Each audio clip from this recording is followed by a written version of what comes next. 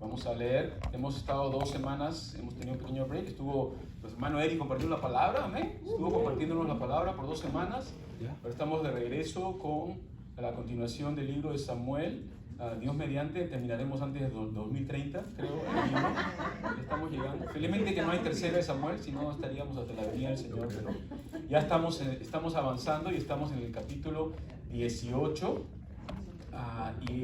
Hemos visto, un poquito recapitulando el capítulo anterior, cómo el hijo de David, Absalón, uno de sus hijos, se había rebelado contra el gobierno de su padre, y a través de años de resentimiento, ¿no?, que se había formado en su corazón a raíz de cosas que pasaron en la familia, él se veía mejor que su padre y era momento de removerlo, ¿no? Y llegó a odiarlo al papá, de tal manera que inclusive buscó la muerte del padre.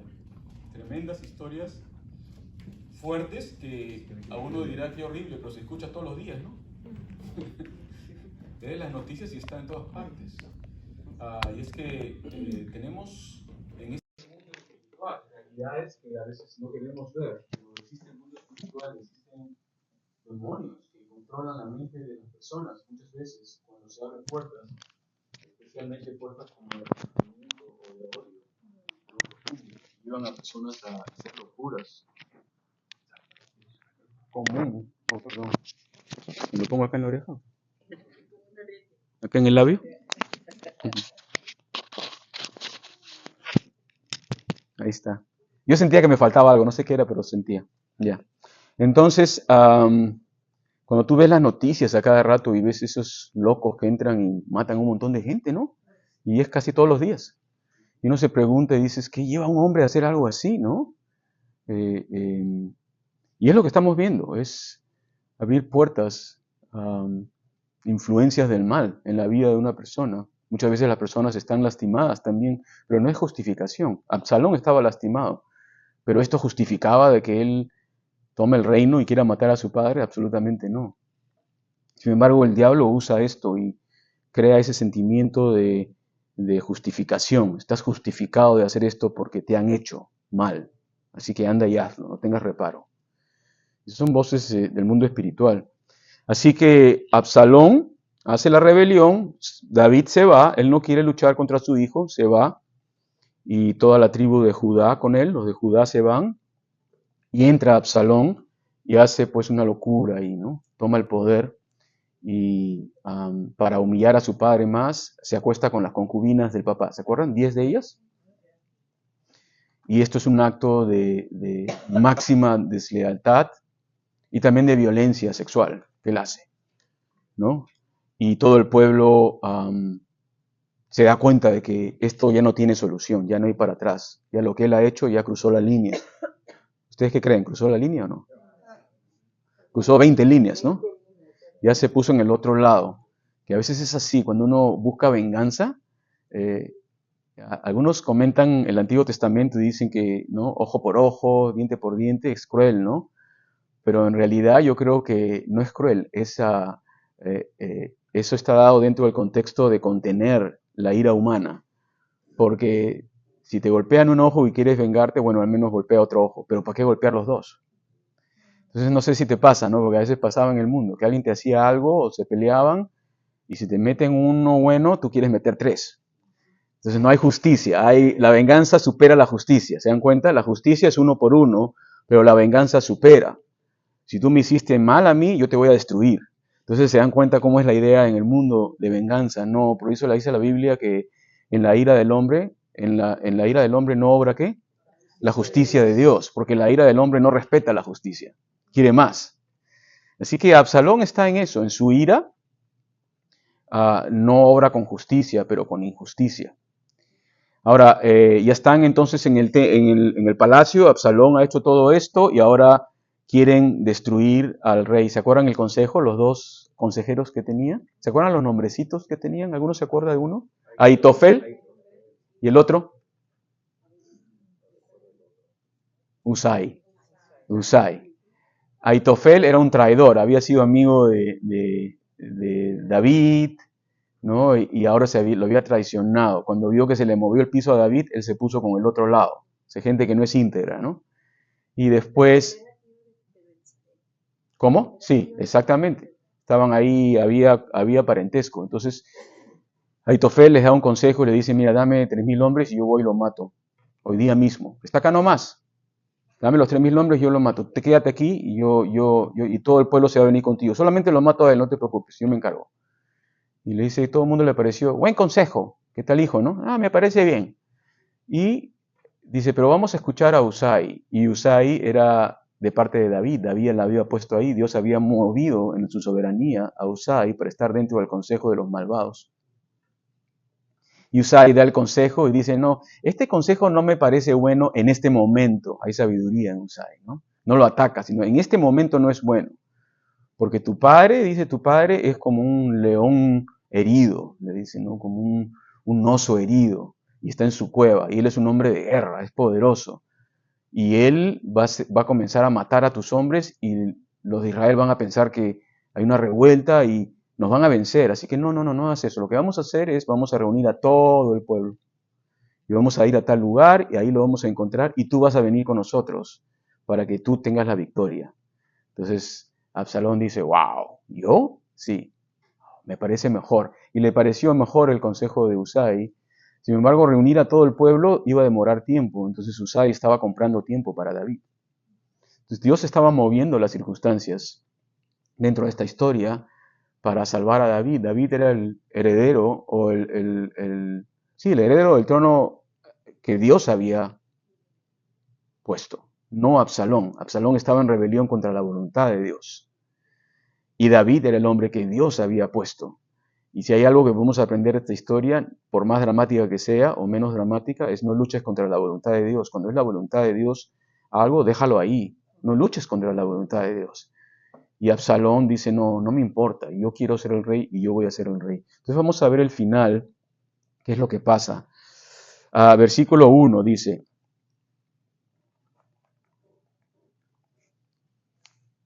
antes de leer el versículo 1, ya los puse en suspenso, ¿no? Antes de leer ¿podrían ir al Salmo 3 rápidamente? Porque una de las cosas que van a ustedes darse cuenta, cuando terminen de estudiar Samuel, terminemos, Dios mediante, y leas los libros de los Salmos, te vas a dar cuenta por qué David escribía todas estas cosas. Porque lo que estamos estudiando es la vida de David. Y los Salmos son una reflexión de su vida. Miren, por ejemplo, lo que dice el Salmo 3. ¿Qué dice en el Salmo 3? ¿Cuál es el título que leen ustedes en su Salmo? ¿Así dice nada más?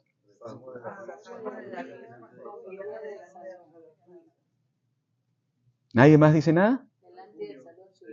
Dice, les voy a leer, Salmo de David, cuando huía delante de Absalón, su hijo. Y les pregunto, ustedes me dicen, no entienden lo que me están diciendo. Dice que cuando él huía, ¿eso dijeron? Sí, eso dijimos. Es que creo que no me he bañado hoy día, así que tengo...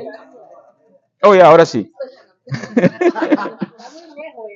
Sí, me he puesto muy lejos de ustedes, creo.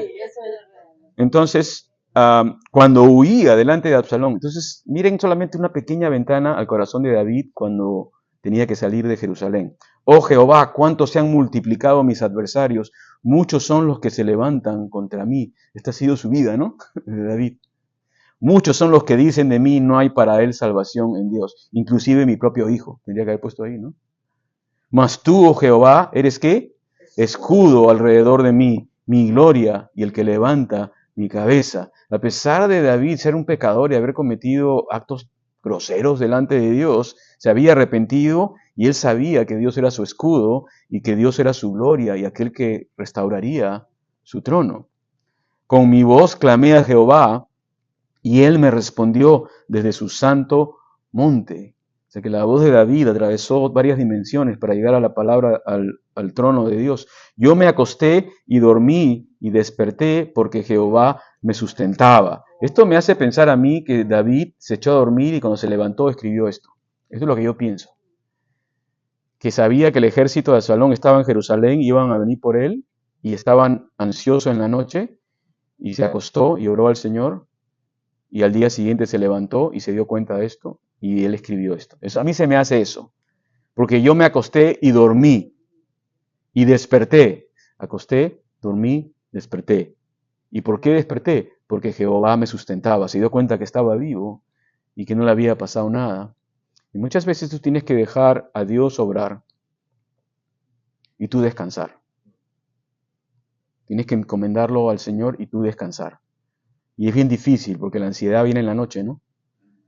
Y los pensamientos te asaltan y el corazón comienza a deambular y te imaginas escenarios y todo eso. Imagínate a David, que vienen a matarlo, su propio hijo. Hablando de problemas familiares, que todos los tenemos, pero imagínate tu propio hijo quiere entrar a tu casa a matarte. ¿Cómo vas a dormir esa noche? No puedes dormir. Sin embargo, David nos muestra de que hay una relación con Dios tan profunda que tú puedes hacerlo, puedes descansar, porque el Señor es aquel que te sustenta y aquel que te protege. Entonces él aprendió eso. No temeré a cuántos, 10 millares de gente que pusieren sitio contra mí. Levántate, Jehová, sálvame, Dios mío, porque tú heriste a todos mis enemigos en la mejilla. Los dientes de los perversos quebrantaste. David se acordaba del pasado, se acordaba de Saúl, se acordaba de todo lo que le había ocurrido. Y le decía, tú me libraste, tú destruiste a mis enemigos. Yo tuve a Saúl en mi mano, yo le pude haber clavado la espada y no lo hice. Tú lo eliminaste, no fui yo. Él había aprendido que la venganza es del Señor. La salvación es de Jehová, sobre tu pueblo sea tu bendición. Entonces te das cuenta cómo un salmo toma una completa profundidad diferente cuando tú lees los hechos de lo que ha ocurrido. Yo creo que esta es una de las bendiciones de estudiar el Antiguo Testamento, en este caso la vida de David, Saúl, Absalón, todos ellos, y cuando lees Salmos te das cuenta de lo que hay detrás, que tú puedes aprender. No solamente son cosas que David un día se despertó y dijo, ay, siento que voy a componer una canción. No, le estaba pasando algo que lo llevó a conocer a Dios y a dar gloria a Dios. Eso es lo que estaba ocurriendo. Entonces, en cada momento de tu vida que te pasa algo, reconócelo a Dios en medio de eso. No te digo que escribas un salmo, ¿no? Pero si lo escribes no lo vamos a poner en la Biblia, no te preocupes. No te lo guardas tú nomás. Pero sí puedes escribirle algo al Señor contigo y Dios, eso no hay problema. Ahora sí, versículo 1. David pues pasó revista al pueblo que tenía consigo y puso sobre ellos jefe de millares y jefes de centenas. Y envió David al pueblo una tercera parte bajo el mando de Joab, una tercera parte bajo el mando de Abisaí, hijo de Sarvia. Esa es la hermana de David, hermano de Joab, y una tercera parte al mando de Itai, Geteo. Y dijo el rey al pueblo, yo también saldré con vosotros. Mas el pueblo dijo, no saldrás, porque si nosotros huyéremos, no harán caso de nosotros. Y aunque la mitad de nosotros muera, no harán caso de nosotros. Mas tú ahora vales como 10,000 de nosotros. Será pues mejor que tú nos des ayuda desde la ciudad. Entonces el rey les dijo, yo haré lo que bien les parezca. Y se puso el rey a la entrada de la puerta, mientras salía todo el pueblo de 100 en 100 y de 1000 en 1000. Y el rey mandó a Joab, a Abisai y a Itai, son sus generales, diciendo, tratad benignamente por amor de mí al joven Absalón. Y todo el pueblo oyó cuando dio el rey orden acerca de Absalón a todos los capitanes. Entonces es la primera parte de esta historia. David divide el ejército en 3 y nombra 3 personas. Tiene su estrategia David, ¿no es cierto? Y dice, y yo también voy a ir con ustedes. Quizás pensando David que la última vez que él no fue, ¿saben lo que pasó, no? Cuando él no fue a la guerra. ¿Se acuerdan? De repente David ya aprendió y dijo, no, mejor no me quedo, ¿no? Si sabes que estás pasando tentación, no te quedes en ese lugar, sal de ahí. Si sabes que ese es el problema, ¿para qué te quedas solo? Vete, ¿no? Llama a alguien, anda, no sé, ¿no?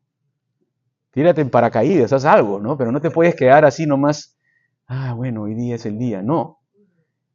Probablemente, eso es lo que dice la palabra, huid, toma acción, concentra todas las fuerzas de tu vida en tus pies y corres. Esa es la idea detrás, ¿no? Y David probablemente dice, mejor no me quedo, porque la última vez que me quedé no me fue bien. Mira, ahora me quiere matar mi propio hijo. Pero el pueblo le dice, no, tú no vas a salir. ¿Por qué? Porque tu vida es más valiosa que 10,000 hombres. Si matasen a David, entonces Absalón se coronaría rey completamente y no tendría propósito nada de lo que está ocurriendo aquí.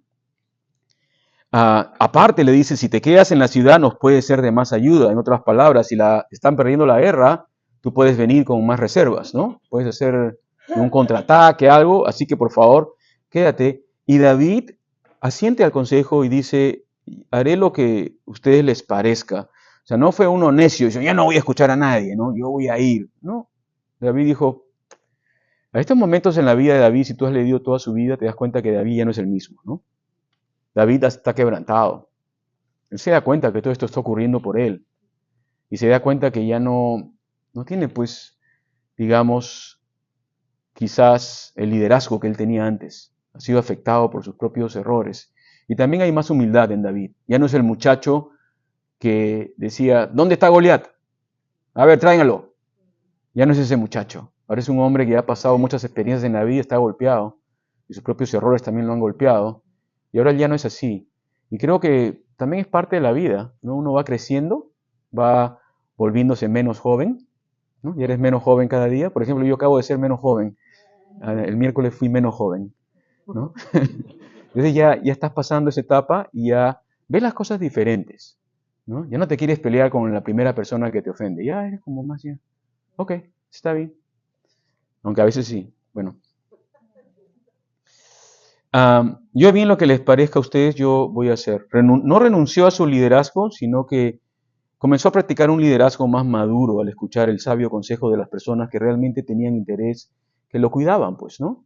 Que lo están cuidando. Come tu comida, David, descansa. Ya está escuchando eso y es bueno tener esa actitud. Y dice que el rey se puso a la puerta de la ciudad mientras salía todo el pueblo, y me imagino que para David debe haber sido también un ánimo saber que tantas personas lo apoyaban, ¿no? Que tantas personas estaban dispuestas a morir por él. ¿No crees que fue un ánimo para David decir, aún tengo personas que son fieles después de todo lo que está ocurriendo? Y todos salían y lo querían cuidar a David. Y es que la lealtad es algo importante, amigos. Cuando encuentras lealtad, sé tú leal primeramente. Sé leal a las personas que te han bendecido, ayudado. Dios puede tener diferentes caminos, pero practica la lealtad. Y estos hombres fueron leales a su líder y dijeron, vamos a estar acá, no te preocupes, tú quédate aquí, nosotros vamos a ir a luchar. O sea que tenían una devoción como David. Ahora, para mí esto también es un ejemplo de cómo debe ser mi devoción por mi Rey, Jesucristo. Que le debo devoción a Él, le debo lealtad a Él. Ellos tenían su Rey humano, nosotros tenemos nuestro Rey Jesucristo, al cual debemos prestar devoción y tenemos que prestar lealtad a Él, sobre todas las cosas. Entonces David da la orden a los 3 capitanes, los divide, no hace la estrategia, y les manda, y les da un mandamiento. El mandamiento de David, ¿cuál fue? Por favor, traten al joven, es un rebelde, ¿no? Es un líder de la revuelta, le dice al joven. Y es que los padres somos así, ¿no? Siempre vemos a nuestros hijos como pequeñitos, ¿no? Trátenme al chiquitín, ¿no? Así le está diciendo, trátenme al chaquitín, ¿no? Al Jonathancito, trátenmelo bonito, por favor, ¿no? Y si tú tienes hermanos o hermanas, el menor siempre tu mamá le dice, ay, mijito, ¿no? Mijito, mijita, y tiene 60 años, 50 años, ¿no? Es un hijito. Así mi mamá también me habla, ¿no? Cuando me dice mi hermano menor que vive en Alemania, ay, es que el Luigito, mi hijito. Le digo, mamá, él tiene ya 60 años, pero es su hijito, ¿no? Y no importa lo que el hijito haga, sigue siendo el hijito. Así es la cuestión con los padres. Yo también lo entiendo eso, son tus hijitos, aunque a veces no se comportan como hijitos. Entonces, David le dice, por favor, trátenlo con benignidad. Yo me imagino que estos 3 generales dicen, ¿qué? Él nos quiere matar a todos y tú nos estás pidiendo qué. Pero escucharon y es la voz del rey. Esa es la voluntad del rey. Porque hay una relación personal, es su hijo, ¿no? Y David había mostrado a través de sus experiencias con sus otros hijos que él nunca disciplinó a sus hijos de una manera fuerte. Jamás lo hizo. Entonces él fue débil. Y producto de haber sido débil en esa etapa de su vida, las cosas que estaban ocurriendo ahora. Sin embargo, todos escuchan, y no solamente ellos, sino todo el pueblo. Entonces David quiso que hayan testigos de cuál era su voluntad. Trátenlo benignamente, ¿no? ¿Qué creen que estaba diciéndoles? No lo maten, ¿no? Cualquier cosa que lo hagan, tráiganlo acá, no lo maten. Entonces el versículo 6 dice que todo el pueblo salió al campo contra Israel y se libró la batalla en el bosque de Efraín. Y allí cayó el pueblo de Israel, es decir, la rebelión de Absalón, ¿no? Delante de los siervos de David. Y se hizo allí en aquel día una gran matanza de 20,000 hombres. Y la batalla se extendió por todo el país, quiere decir la región contigua. Y fueron más los que destruyó el bosque aquel día que los que destruyó la espada. A mí no me gustan los bosques. Menos oscuros, son adentro en una noche, ¿no?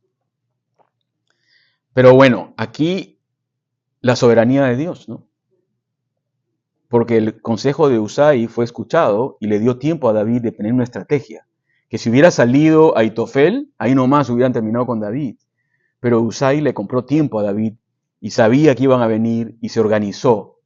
Entonces Dios está detrás, ¿se dan cuenta? Y permite que haya una estrategia y los tres salen por diferentes lugares, no los encuentran a todos juntos y cuando empieza la batalla, Dios le concede la victoria a David y sus hombres contra Israel, que seguramente eran mucho más. Y parte de ellos cayeron por la espada, pero dice que una gran parte de ellos, o la mayor parte, fue destruido por el bosque aquel día. En primer lugar, veo aquí también la mano de Dios, ¿no es cierto? Ahora no quiero que te imagines que los árboles cobraron vida, como las películas así, ¿no? Y los agarraron, porque algunos... Ven, hay una película así, ¿no? Que los bosques tienen vida, ¿no? Y hay gente que piensa eso, que hay duendes en el bosque y todo eso. Eso no son duendes, son demonios. Ahí no hay nada de eso. Pero no eran los bosques los que estaban vivos. Probablemente lo que ocurrió acá era que esos bosques eran zona pantanosa. Porque en mayoría de los comentarios acuerdan que no era un terreno como para pelear una batalla. Y que habían pantanos en diferentes lugares. Y en su retirada los soldados comenzaron a caer en estos pantanos y huecos. Y habían cuevas y se comenzaron a hundir. Así que, pero quiero que vean que la mano de Dios está en todo esto. Él es el que tiene ese pantano, ese bosque listo para atrapar a los enemigos de David, que son los enemigos del Señor en ese momento. Eso es como yo lo veo. No sé si ustedes lo ven así, pero es así como Dios obra. Dios tiene preparados, ¿cómo? Arañas, sí, tampoco no me gustan las arañas, ¿no? Pero bueno, ahí tenía Dios preparado ese lugar y ahí se da la voluntad de Dios. Se ejecuta el plan de Dios en su soberanía. Y David, no sé si él arregló la batalla para que se pelee en este terreno, porque David era un hombre de guerra, él tenía estrategia, ¿no? Quizás David pensó en eso, no podemos saberlo, pero dice que fueron más los que destruyó el bosque aquel día que los que destruyó la espada, ¿no? A mí me gustan los bosques en realidad, eso no es una exageración, pero hace muchos años yo estuve en un bosque en Alemania y tenía que pasar con mi bicicleta. Ya les conté la historia, no se la voy a contar. Pero estaba con mi bicicleta en medio de la noche y todo oscuro en medio de un bosque. No quisiera ser de los soldados de Absalón, es horrible. No se ve nada y no sabes si te vas a caer en un hueco o el siguiente paso, ¿no? Así que no es aconsejable entrar en un bosque de noche. ¿Ok? Así que esto es lo que está ocurriendo. Ahora, dice el versículo 9, y se encontró Absalón con los siervos de David. E iba Absalón sobre un mulo, y el mulo entró por debajo de las ramas, espesas de una gran encina, y se le enredó la cabeza en la encina. Y Absalón quedó suspendido entre el cielo y la tierra, y el mulo en que iba pasó delante, lo dejó. Viéndolo uno, avisó a Joab diciendo, he aquí, he visto a Absalón colgado de una encina. Y Joab respondió al hombre que le daba la nueva, y viéndolo tú, ¿por qué no lo mataste? Luego allí, echándolo a tierra, me hubiera placido darte 10 siclos de plata y un talabarte. El hombre dijo a Joab, aunque me pesaras 1000 siclos de plata, no extendería yo mi mano contra el hijo del rey. Eso es lealtad, ¿no? Porque nosotros oímos cuando el rey te mandó a ti, y a Abisaí y a Itai, diciendo, mirad que ninguno toque al joven Absalón. Por otra parte, habría yo hecho traición contra mi vida, pues que al rey nada se le esconde, y tú mismo estarías en contra. Y respondió Joab, no malgastaré mi tiempo contigo. Y tomando 3 dardos en su mano, los clavó en el corazón de Absalón, quien aún estaba vivo en medio de la encina, y 10 jóvenes escuderos de Joab rodearon e hirieron a Absalón, y acabaron de matarle. Entonces Joab, dice, tocó la trompeta, y el pueblo se volvió de seguir a Israel, porque Joab detuvo al pueblo. Tomando después a Absalón, le echaron en un gran hoyo en el bosque, y levantaron sobre él un montón muy grande de piedras. Y todo Israel huyó, cada uno a su tienda. Entonces esta es la caída de Absalón, un hombre que probablemente, ¿qué podríamos decir ya de todo lo que hemos dicho? No sabemos más detalles en su vida, pero su final es muy triste, ¿no? Es un final triste. Nuevamente, mi énfasis es en guardar tu corazón en contra de resentimiento e ira, porque te puede destruir. Te puede destruir al final. Dale al Señor tu causa, que el Señor es el que lucha la causa del justo, ¿no? No nosotros. Encomienda a Jehová tu camino, Él hará, dice. Absalón no encomendó a Jehová su camino, él quiso hacer. Y motivado por la ira y el resentimiento que él tenía, llega a un final muy, muy triste y muy penoso que va a traer mucho dolor para todos, en la familia, en propio Israel, ¿no? No podemos decir más de esto, simplemente que lo vemos que entra en un mulo. No sé por qué no fue en un caballo. Yo no iría a pelear a la guerra en un mulo, no iría en un mulo. Yo iría en un caballo. Yo creo que iría en un elefante en realidad, ¿no? Para que no me agarren. Pero con un mulo, el mulo, ¿tú alguna vez te has montado en un mulo? No te obedece. Por eso dice, no seas terco como un mulo, no te dicen, porque el mulo no te vas a ir a pelear. Entonces el mulo se asustó y se fue al bosque. Yo me imagino que el Absalón trataba de llevarlo para allá y el mulo se le iba para el otro lado. Pero ¿quién crees que llevó el mulo al bosque? El Señor.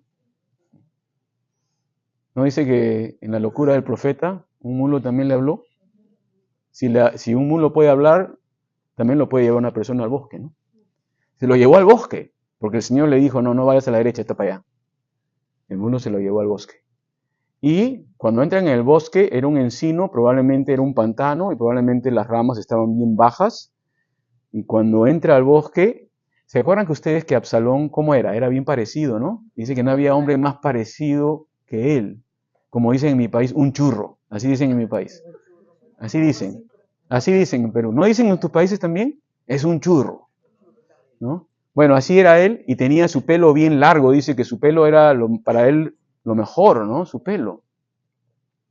¿Y qué cosa creen? Se agarra de la cabeza. Probablemente las trenzas del pelo se le enredan en el... Probablemente eso es lo que está pasando. No sabemos si fue el pelo o fue acá, pero la cosa es que se quedó atrapado entre las ramas de la encina y se quedó con los patitos. Yo me imagino más o menos sus patitos moviéndose y no puede bajar y está ahí. Está colgado el hombre. Qué humillación, ¿no? Qué triste final. Qué triste final. Y yo veo aquí, sin querer espiritualizar tanto el texto, el pecado actúa así. Así es. Te agarra y te atrapa y ya no te puedes mover. Y estás así con las patas así que quieres salir. Necesitas un salvador que venga a sacarte de ahí, que corte las ramas, que te corte el pelo, que te cure las heridas.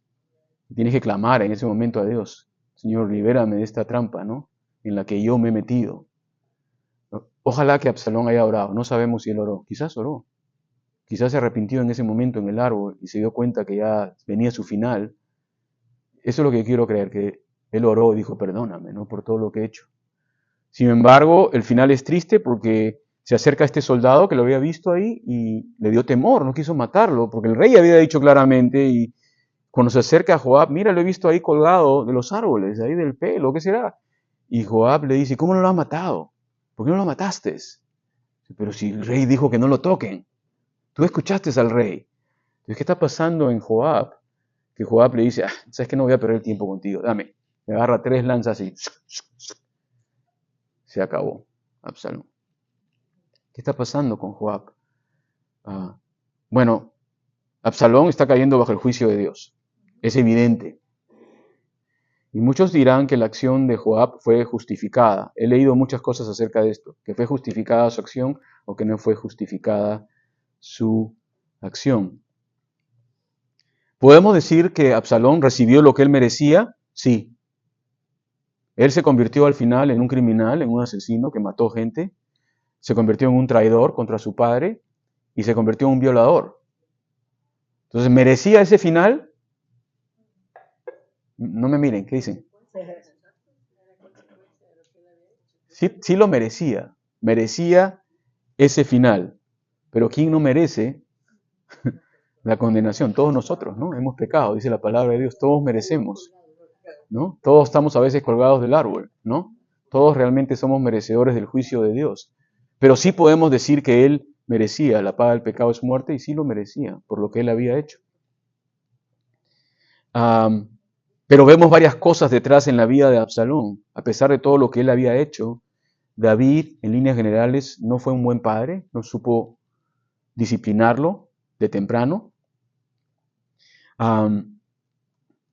Y Joab sabía esto. Joab sabía, porque Joab había estado con David desde el principio, y él se había dado cuenta cómo era David. Joab lo estaba observando a David. Él era el general, pero lo observaba todo el tiempo. Él se daba cuenta que él no hacía lo correcto, que no disciplinaba. Se daba cuenta, algo estaba pasando en el corazón de Joab. Una vez hice un estudio acerca de Joab, pero no encuentro mis notas. Es bien interesante si nomás haces un estudio de este personaje. Lo que puedo decir es lo siguiente, que Joab estaba en lo correcto, ¿ok? Eso es lo que yo pienso, porque era mejor para David y para todo Israel que Absalón muriera. Si no, el problema iba a continuar, no se iba a resolver. Pero el hecho de que estás en lo correcto no significa que está bien. Voy a explicar eso, ¿ok? El hecho que es correcto no significa que está bien. Puede ser correcto, sí, pero ¿estaba bien que lo hiciese? Y yo pienso que no, porque estaba desobedeciendo al rey. Era algo correcto que tenía que ocurrir, pero no estaba bien porque estaba desobedeciendo al rey. Lo que tenía que haber hecho, pienso yo, es difícil en la situación de Joab, es dejar que Dios lo haga y que no lo haga él. Así que se hizo lo correcto porque se ajustició a esta persona, a Absalón, pero no estaba bien porque desobedeció al rey. Y él no tenía autoridad para matarlo, legalmente, porque el rey no le había dicho, anda, mátalo. Así que no tenía la autoridad y no tenía autoridad de parte de Dios para hacer lo que él hizo. Así que no tomes venganza por tu propia mano, si no tienes la autoridad de parte de Dios. Aún la palabra dice claramente que Dios ha puesto la espada como símbolo de autoridad para el que hace lo malo, ¿no? Pero esa autoridad, cuando alguien no tiene la autoridad, no tiene por qué ejecutar juicio, tienes que dejar que la autoridad lo haga.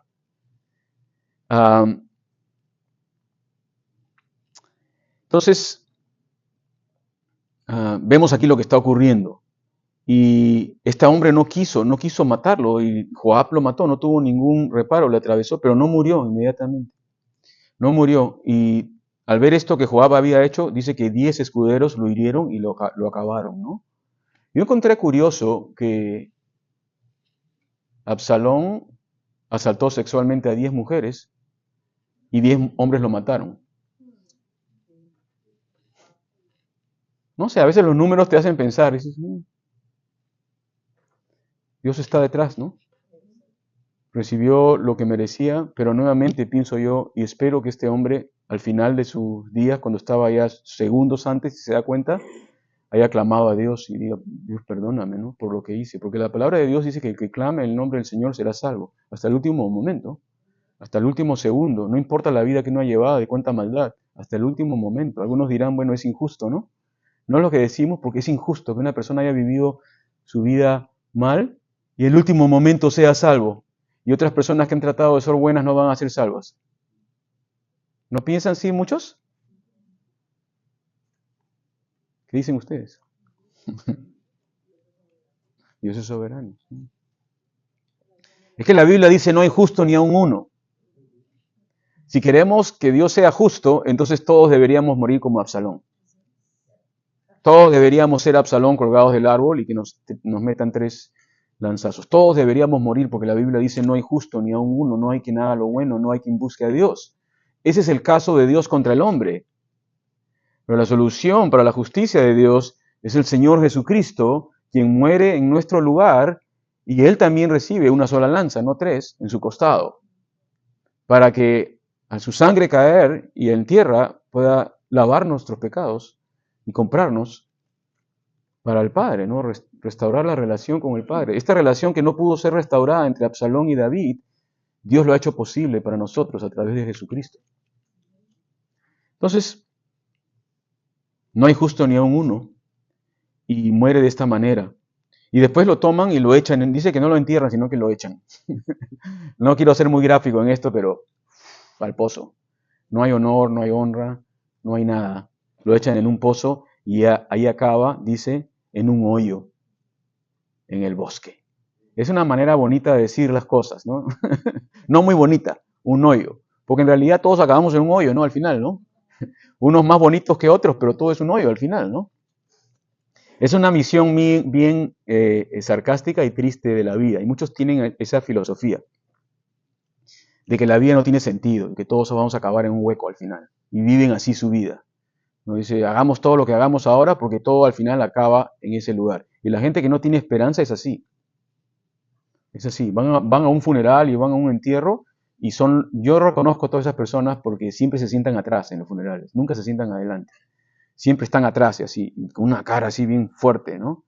Y están todos juntos ahí y hacen bromas en los funerales. Yo he estado en muchos funerales, si tú vas por la parte de atrás, hacen bromas, comienzan a hacer chistes. Esa es su manera de lidiar con el temor. Y comienzan a hacer un montón. Yo recuerdo hace muchos años estuve en un funeral de una persona que era un biker, de esos de los gangueros de la... ¿Cómo se llamaba esa? ¡Ya! ¿No? Uno se había convertido y murió. Y me invitaron a hablar. Y yo no sabía que era él, había sido eso, pero me invitaron a hablar, que era creyente. Ya yo fui. Y estaba llenecito de los Hells Angels, de esos así. Todos con sus casacas negras, así unas motos afuera. Parecía una película así de Hollywood. Y decía, ¿qué es esto? Y me senté ahí al costado y estaban todos atrás. Y yo me senté por donde estaban ellos. Al principio no sabían que yo era el pastor. Y yo escuché todas las conversaciones de ellos.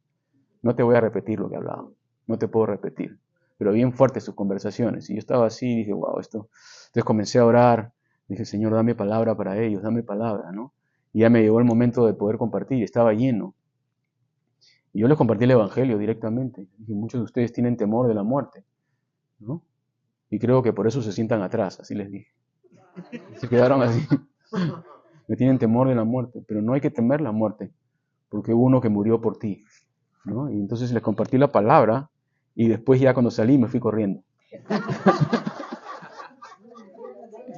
Cuando sentí las motos, agarré mi carro y salían con cadenas así a perseguirme. No, tremendos son esos hombres. Tienen temor de la muerte, por más rudos que sean y más, la gente por más que te dé miedo, tiene temor de la muerte. Tienen temor. Hace muchos años también entré en una emergencia.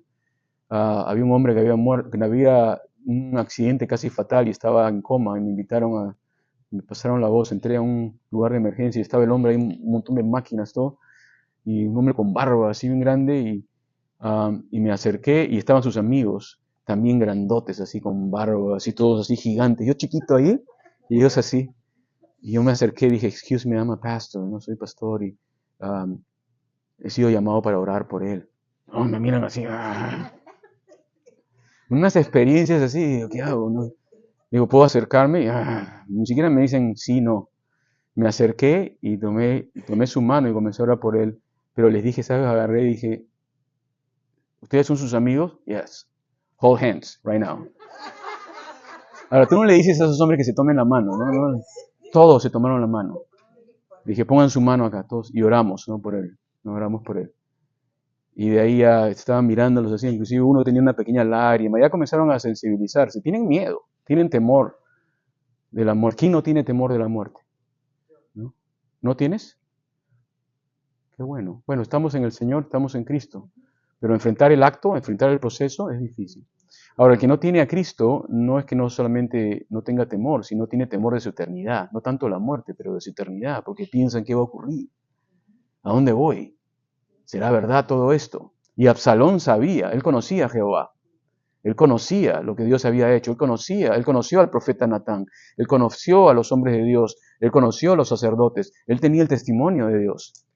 Entonces esperemos que él se haya convertido al final o haya entregado su vida al Señor, a Jehová, ¿no?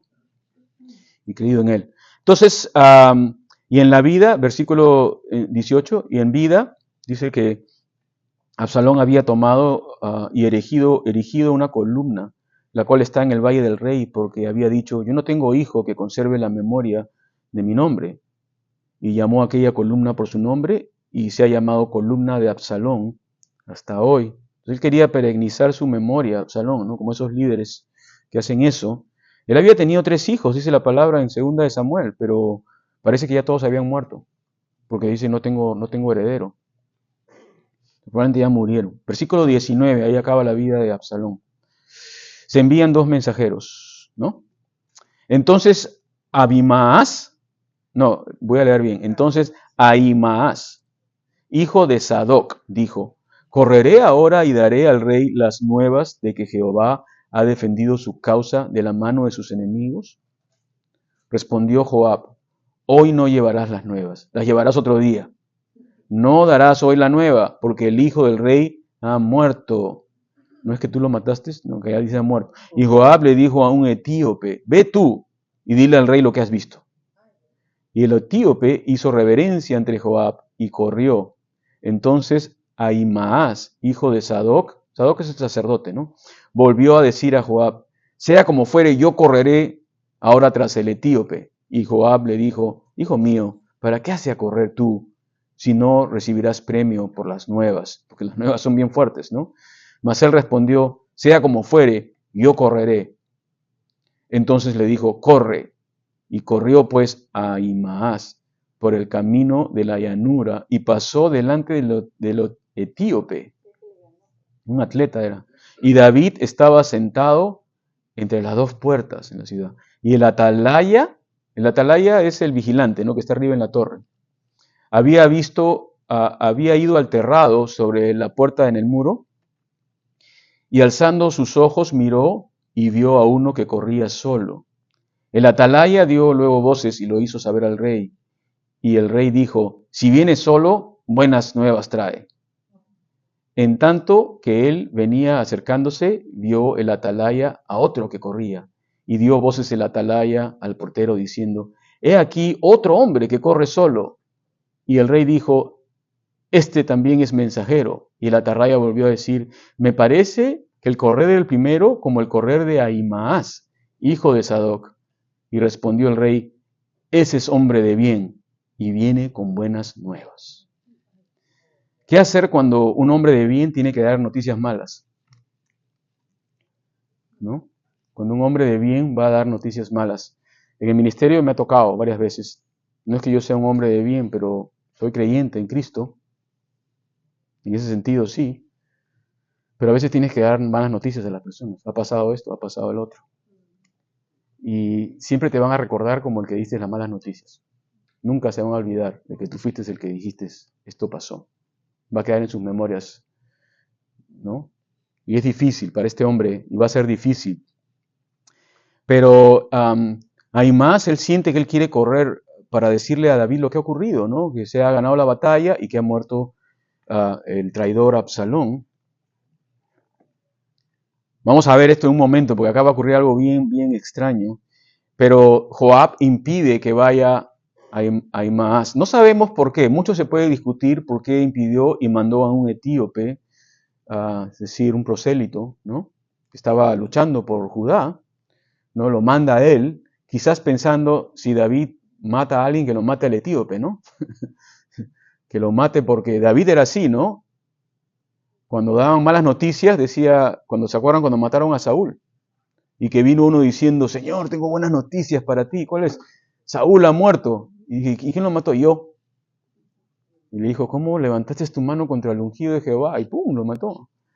Entonces tenías que estar bien seguro cuando tú decías algo al rey, y esta era una noticia que podía acarrear consecuencias. Quizás Joab pensó y dijo, no sabes qué, tú mejor no vayas, no te metas en este problema. Lo va a mandar al etíope. Qué pena, ¿no? Con el etíope. El etíope dice, ya yo voy. No sabe el lío que se va a meter. Y el etíope va, Pero se da cuenta Ahimás, y Ahimás es como una gacela, pues comienza a correr Ahimás y lo pasa al etíope, y lo pasa y se llega primero, y cuando ya el atalaya está mirando ahí, el vigilante lo ve a Ahimás que viene y también al etíope atrás, con la lengua afuera, seguro el pobre, tratando de alcanzarlo. Ves que es así, ¿no? La historia probablemente es así, y llega ahí, llega Ahimás primero. Y David dice, viene solo y es un hombre de bien. Debe traer buenas nuevas. Me parece interesante que la palabra es buenas nuevas. ¿Sabes lo que es buenas nuevas? Evangelio. Buenas nuevas, ¿no? Una persona que viene de lejos trayendo las buenas nuevas. En este caso no eran muy buenas las nuevas, pero la palabra dice, bienaventurados los pies del que trae las buenas nuevas, ¿no? Los pies de los que siembran la semilla, dice, que llevan la palabra a otros lugares, que corren grandes distancias para traer el Evangelio a otras personas que necesitan escucharlo. Así que David, versículo 28, dice que Ahimás llega primero y miren el mensaje que le da. Le dijo en alta voz al rey, paz, y se inclinó a tierra delante del rey. No sé si podía respirar después de haber corrido. Y dijo, bendito sea Jehová, Dios tuyo, que ha entregado a los hombres que habían levantado sus manos contra mi señor el rey. Y el rey le dijo, ya, está bien, pero el joven Absalón, ¿está bien? Y Ahimás respondió, vi un gran alboroto cuando envió Joab al siervo del rey y a mí tu siervo, mas no sé qué era. O sea, no sé qué está pasando aquí con Ahimás. No sé si Ahimás en el momento que ve a David tiene duda, porque Ahimás sabe que ha muerto el hijo del rey. Pero cuando David se da cuenta que el interés de David es simplemente saber si el hijo está muerto, no se han ganado la batalla, dice, ups, mejor no digo nada. Y toma un subterfugio. Un subterfugio es decir las cosas, pero de una manera que nadie se dé cuenta de lo que está diciendo. ¿No te ha pasado eso cuando escuchas personas decirte algo y te lo dicen de una manera que no está, ¿no? Medio raro, ¿no? Tú le dices, bueno, no sé lo que pasó. Ahí estaban había una conmoción, no sé qué es lo que pasó. Y el rey le dijo, pasa y ponte ahí.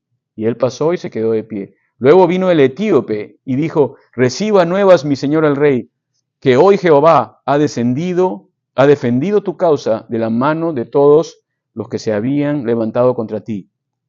El rey entonces dijo al etíope, ¿el joven Absalón está bien? Y el etíope respondió, como aquel joven sean los enemigos de mi señor el rey y todos los que se levantaron contra ti para mal.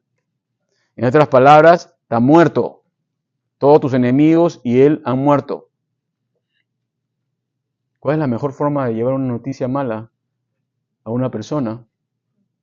Bueno, al menos a mí me explicaron cuando yo estaba aprendiendo estas cosas que tienes que tener misericordia, pero tienes que decir la verdad. Tienes que hablar con claridad. ¿No? No podemos hablar mucho de esto porque es cosas diferentes, pero hay que hablar la verdad en amor, hay que hablarla con amor, hay que decir las cosas que han ocurrido.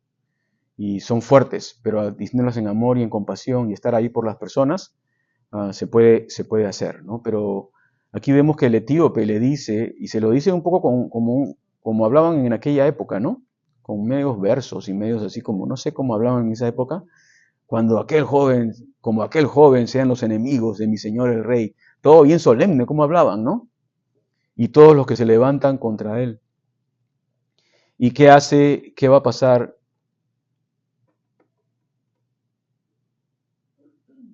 Lo que veo aquí es el corazón de David. David está preocupado por su hijo, ¿no? David sabe que su hijo es un traidor y que es así, que las concubinas, sabe, pero es su hijo, ¿no? Es el hijo de David. Y no sé, pues, ¿no? O sea, yo pienso también en Dios Padre y nosotros, ¿no? No importa lo que nosotros hagamos, Dios nos va a amar igual. ¿Ustedes no creen eso? Yo lo que creo es eso, que el amor de Dios no cambia. Aún así nos disciplina. Tiene que disciplinarnos. Ahí falló David. Pero David se da cuenta, ¿no? Que falló, pero sigue amando al hijo. Y ocurre, ¿no? Ocurre lamentablemente y sigue ocurriendo hoy día con nosotros. Nosotros vamos a amar a nuestros hijos no importa qué, no importa que vayan para la derecha o para la izquierda, van a ser nuestros hijos. No vamos a estar de acuerdo con ellos a veces, pero son nuestros hijos y por supuesto lo que un padre no quiere es que su hijo termine mal. Y va a hacer lo posible por hacer lo que sea para que el hijo no termine mal, y David lo está haciendo hasta el final. Entonces, en ese sentido, David se está comportando como un padre, ¿no? Pero en el sentido más profundo y espiritual, siento que Dios no quiere nuestra destrucción, jamás. Él quiere que el hombre sea salvo. Él quiere que el hombre sea salvo, Él no quiere que el hombre sea condenado. Jesús dijo, yo no he venido a condenar al mundo, sino para que el mundo sea salvo a través de Él. Él no ha venido a condenar, Él ha venido a salvar. Y Él no quiere la destrucción del pecador. Claramente la Biblia lo dice. Él no quiere la destrucción del pecador. ¿Y quién es el pecador? ¿Quién es el pecador? Levante su mano. No quiere nuestra destrucción. A pesar de que muchas veces el hombre merece la destrucción, o siempre la merece. Así que veo también aquí en el corazón de David, aunque es un ser humano, algo de lo que es el corazón de Dios por aquel que está en rebelión delante de Él, ¿no? Y no solamente en rebelión, pero enemigo de Él. Él sigue amando, Él sigue queriendo salvar. Así que hay un gran alboroto y el hombre dice, yo no sé qué fue lo que pasó, pero el etíope se lo dice de frente. Entonces, ¿cuál es la reacción de David? Vamos a ir avanzando para terminar.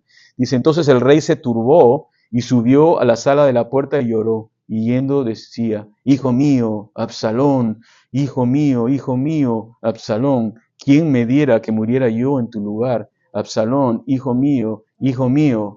Déjenme decirles esto, ¿no es el evangelio esto?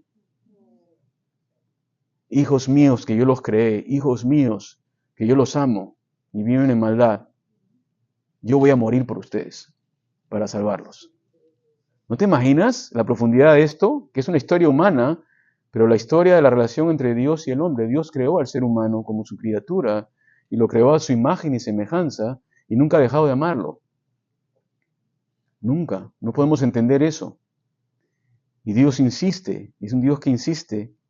Y aquí vemos que Absalón y David está llorando amargamente porque se da cuenta de lo que ha ocurrido. Su hijo ha muerto y todo esto él lo atribuye no solamente a Absalón, pero también a él mismo. Él sabe que tiene culpa y responsabilidad. Y dice que se turbó. La palabra turbarse es que se conmueve, o sea que el cuerpo se agita.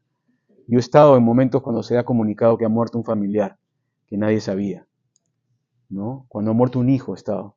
Y he visto la reacción de los padres y está bien fuerte eso, ¿no? Si lo han pasado. La convulsión y la gente se tira al piso y pierde las piernas no soportan, ¿no? Y uno se cae y todo ese tipo de cosas. Entonces David está así, está completamente quebrantado y comienza a llorar por su hijo. Absalón, hijo mío, Absalón, ¿quién me diera que yo muriera en lugar de ti, tomar tu lugar? Sustitución. Y eso es lo que hizo Jesús, tomó nuestro lugar, ¿no? Absalón, hijo mío, hijo mío. Y esto se volvió en algo dramático en la vida de David. David había pecado con Betsabé, había matado a Urías, ¿no? Había ocultado la verdad, se había agarrado a la mujer del otro hombre. Y ahora él se da cuenta, aunque él había sido perdonado, que todo esto trae unas consecuencias. Natán le había dicho a él, levantaré un enemigo de tu propia casa, ¿no? Un enemigo contra ti. Entonces va a tener que ser disciplinado. Y David sabe todas estas cosas, ¿no? Acá dice, la pena de David nos muestra que no es suficiente que los padres entrenen a sus hijos para ser consagrados. Escuchen, ¿ah? Esto. La pena de David nos muestra que no es suficiente que los padres entrenen a sus hijos para ser consagrados. Primero deben entrenarse ellos mismos para ser consagrados. No sé si ven el, ¿no? Porque a veces decimos, sí, mi labor es criar a mis hijos para que ellos se consagren al Señor y enseñarles. Pero ¿qué hay si yo no estoy consagrado? Entonces David perdió eso, perdió su consagración. Y ahí comenzaron los problemas. Aún así Dios tiene misericordia. Así que hijo mío, y el dolor se vuelve tan profundo en la vida de David, porque realmente era su hijo. Entonces toda esta historia es dramática, es bien fuerte, pero es como un tejido y detrás veo la historia de la salvación. Es como un tejido que está atrás. ¿No? Es el drama del ser humano y los errores del hombre, pero a la misma vez veo el corazón de Dios por el ser humano que Él ha creado y Él quiere salvar, y Él va a morir en su lugar un día en la cruz para que el hombre pueda ser salvo. Entonces esas historias están tejidas ahí. Yo veo estas cosas, no sé si ustedes pueden verlo, ¿no? Pero en 2 de Timoteo, cuando David dice, y acabo con esto, 2 de Timoteo 1 al 6, por favor, si pueden ir ahí. Segunda de Timoteo 1 al 6. Ustedes me dirán, ¿qué tiene que ver Timoteo con Samuel, o con David, o con Absalón? Bueno, tiene mucho, pienso yo. 2, 1 al 6, y con eso acabamos. Él había dicho, no, David, ¿quién me diera que yo muriera en lugar de ti? Yo tomaría tu lugar. Es como cuando un hijo está enfermo y tú dices, yo tomaría tu lugar. Está en el hospital y dices, yo quisiera estar en tu lugar si pudiera, ¿no? Entonces, en el llanto de David, pienso yo, también está el dolor de Dios por el ser humano que está perdido.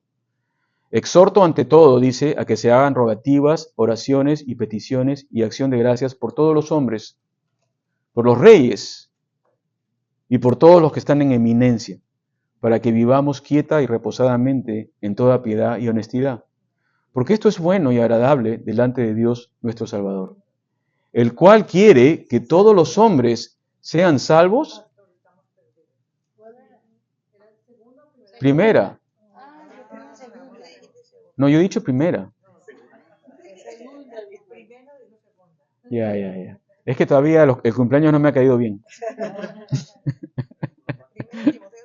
Primera de Timoteo 2, 1, 6. ¿Sí? Ok. Ahora sí, ¿no? Ya. ¿Qué dice? A ver, la primera parte. Ok, estamos bien. Quiero estar seguro.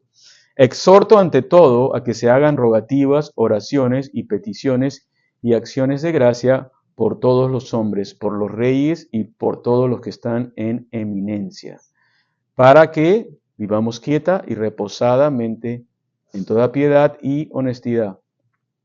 Porque esto es bueno y agradable delante de Dios nuestro Salvador, el cual quiere que todos los hombres, dice acá, sean salvos y vengan al conocimiento de la verdad. Porque hay un solo Dios y un solo mediador entre Dios y los hombres, Jesucristo hombre, el cual se dio a sí mismo en rescate por todos, de lo cual se dio testimonio a su debido tiempo. David dijo, yo hubiera muerto en tu lugar, ¿qué me daría por morir en tu lugar? Y el plan de Dios para la humanidad era de que un día su Hijo Jesucristo daría su propia vida en rescate por todos, por el ser humano. Y a su debido tiempo se ha dado testimonio de esto. Es decir, que la salvación está disponible. Está ahí, la cruz está ahí para el hombre que quiera creer. Dios obra en el corazón del hombre, pero el propósito de Dios está ahí. Se dio a sí mismo por nosotros. Cuando estaba visitando a esta persona ayer, después llegó la familia y había una cortina que separaba del otro, ¿no? Es un lugar de rehabilitación. Y uno de los parientes, parece que ya conocía al Señor, abrió la cortina, la corrió. Y ahí estaba el Señor, otro Señor echado así con un montón de máquinas. Y yo ya me estaba por ir, ya me había despedido, pero sentí algo y dije, no, acércate a él. Me acerqué. Entonces me miró así. No podía ni hablar tampoco el hombre. Y le dije, pocas palabras, ¿no? Brevemente le digo, ¿crees en el Señor Jesucristo? Miró así y le digo, cree en Él y serás salvo. No podía hablar, cree en Él y serás salvo. Cree que Él murió por tus pecados. Y me sonrió, me dio una sonrisa así, ¿no? Y oré por él y ya me fui, ¿no? O sea, Él no quiere que ese hombre perezca, Él no quiere. Dios no creó al hombre para morir por la eternidad, para estar separado de Él. No lo creó para eso. Muchos van a estar condenados y separados de Él, muchos van a estar, porque el camino es angosto, dice, ¿no? Pero el camino ancho, muchos caminan por Él. Muchos no lo van a encontrar. Pero su voluntad no es esa, no es que la gente camine ese camino y vaya a un lugar de eterna condenación. No es la voluntad de Dios. No es lo que Dios quiere para el hombre. Y está claramente aquí en la Escritura. Él dio su vida en rescate, así como David dijo, que yo daría por dar mi vida por ti. Y un día iba a ser posible que el Señor Jesús iba a dar su vida por ti para que tú puedas tener vida eterna. Amén. Señor, gracias por tu palabra de esta mañana. Gracias por esas conexiones de la historia de David con Jesucristo. Gracias, Señor, que en el llanto del rey por su hijo, en esa tragedia, nos identificamos nosotros en nuestra propia tragedia, nuestros pecados, nuestras desobediencias. Y Señor, te damos gracias que tú fuiste fiel a tu amor por el hombre y tú mandaste a tu Hijo y tomó nuestro lugar, muriendo por nosotros. Te damos toda la gloria y toda la honra, Señor. Sabemos que todavía hay muchos que necesitan escuchar. Señor, oramos, Padre, por esta congregación y oramos por este lugar que tú nos has dado. Quisiéramos, Señor, que muchos más vengan a conocerte, Padre. Tú tráeles, Señor. Úsanos a nosotros como instrumentos para no solamente llenar un lugar, pero para que sus corazones puedan ser llenos, más importante que todo, Señor. Te damos toda la gloria y toda la honra esta mañana. En el nombre de Jesús. Amén.